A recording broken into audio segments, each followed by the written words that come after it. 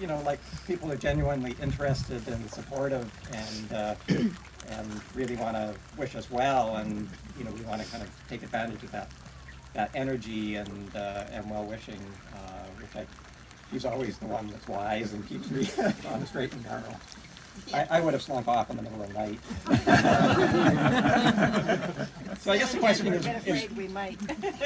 yeah, the question is why go north? And I guess I'm a bit of a contrarian, and which is usually pronounced something differently, but many.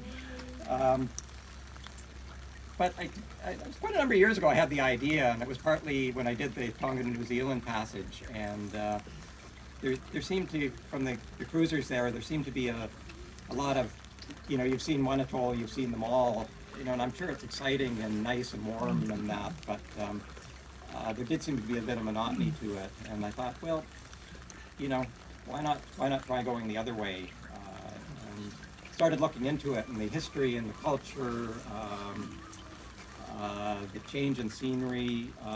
People that have sailed the world have said the most interesting wildlife and scenery are the extremes of the high latitude, and so that sort of piqued my interest, and so that's sort of where we go from here. You know, and I think the other thing was the complexity and the challenge of it. It's just there have been so many moving pieces to get this together. It's almost overwhelming, and I think if we can get off the dock successfully and maybe anchor over Discovery Island, I'll take a deep breath. You know. Marianne Scott wanted me to give a talk, and she sort of hit me with this about, I don't know, 3 weeks ago with about a week's notice for the cruising dinner, and you know, about the preparation for this, and I couldn't get it together. But really, in 2019, you know, Ged and I sat down. Ged actually had a commitment to end work, his work project he was on, to do this. And we sat down, and I had a list of about 50 to-do items, and over about 2 or 3 hours, we somehow managed to expand that to about 250 to-do items. And I looked through my list, and you know, there's only about 10 left that really are not that critical, and it's been a pretty daunting task. Some of the things, you know, that you don't think about is that you don't have a magnetic compass in the high latitudes, and so we've had to install a digital compass that uses the GPS to run the autopilot. So that was one thing.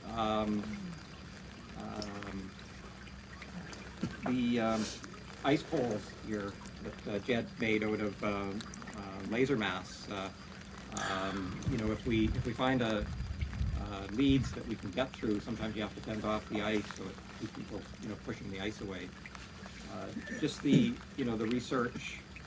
We've done virtual cruises the past 2 years to kind of get the timing as to, you know, where you have to be when for the ice conditions, and trying to have an itinerary so we know where to be when, which is spare parts, charts for over 6,000 miles of coast.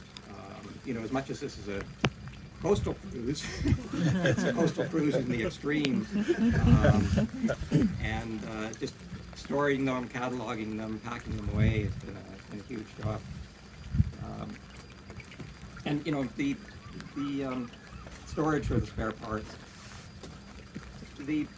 Ged and Celia and Lorraine have just been invaluable in helping out and getting this thing together, and I just want to thank them all on that line. Lorraine and Celia, especially on provisioning. I know when Lee joined me on the cruise around Vancouver Island, he said all he really needed was coffee and toilet paper, and I probably would have just left with that.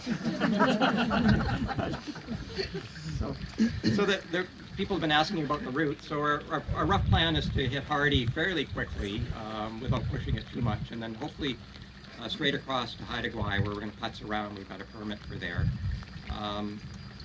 Then we'll work our way up to Skidegate and have a little bit of a break there. Probably straight across Dixon entrance to the Southeast Alaska, and then we'll have some time putzing around there. And then in June we've got the task to go to Glacier Bay, From Glacier Bay, we'll backtrack to Juneau, where Seal will get off, and we have a crew member joining us. At that point, likely we'll keep sort of harbor hopping. There aren't too many harbor hops around the Gulf, so there may be some overnights to get to harbor.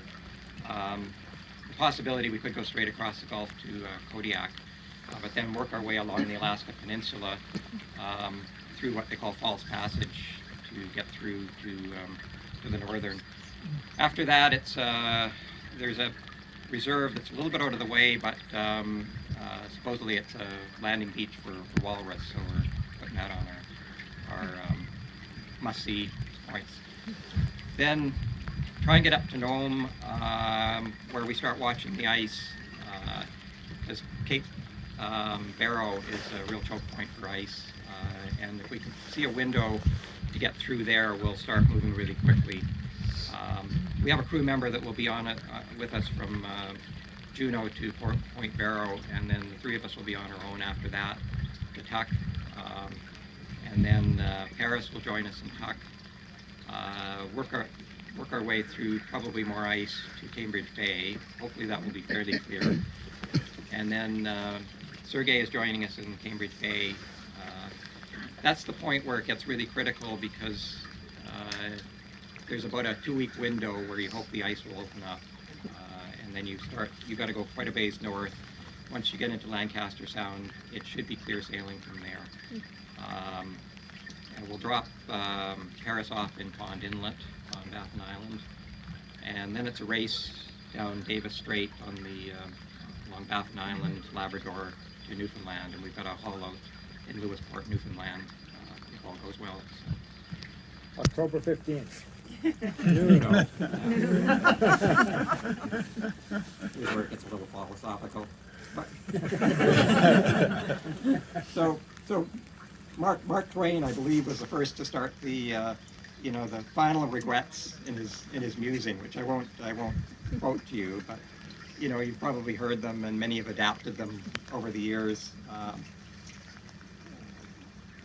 I believe that it's sort of a metaphor for living life to its fullest, and I guess if I sort of think forward, if I ever had a regret, it would be not doing something because it was hard, and I think this is going to be a real hard journey in many ways, but it will have its rewards. I think we'll see amazing sights, scenery, wildlife, go where few people have gone in a sailboat. So I will quote Mark Twain, which is one of his most commonly quoted Twainisms. But when I looked it up, surprisingly, the research suggested it isn't actually written by Mark Twain, which I think would please his sarcastic point of view. But the quote is attributed to somebody's mother, much more recently. So it says, 20 years from now, you will be more disappointed by the things you didn't do than by the ones you did do. So throw off the bow lines, sail away from the safe harbor, catch the trade winds in your sails, explore, dream, discover. Very good.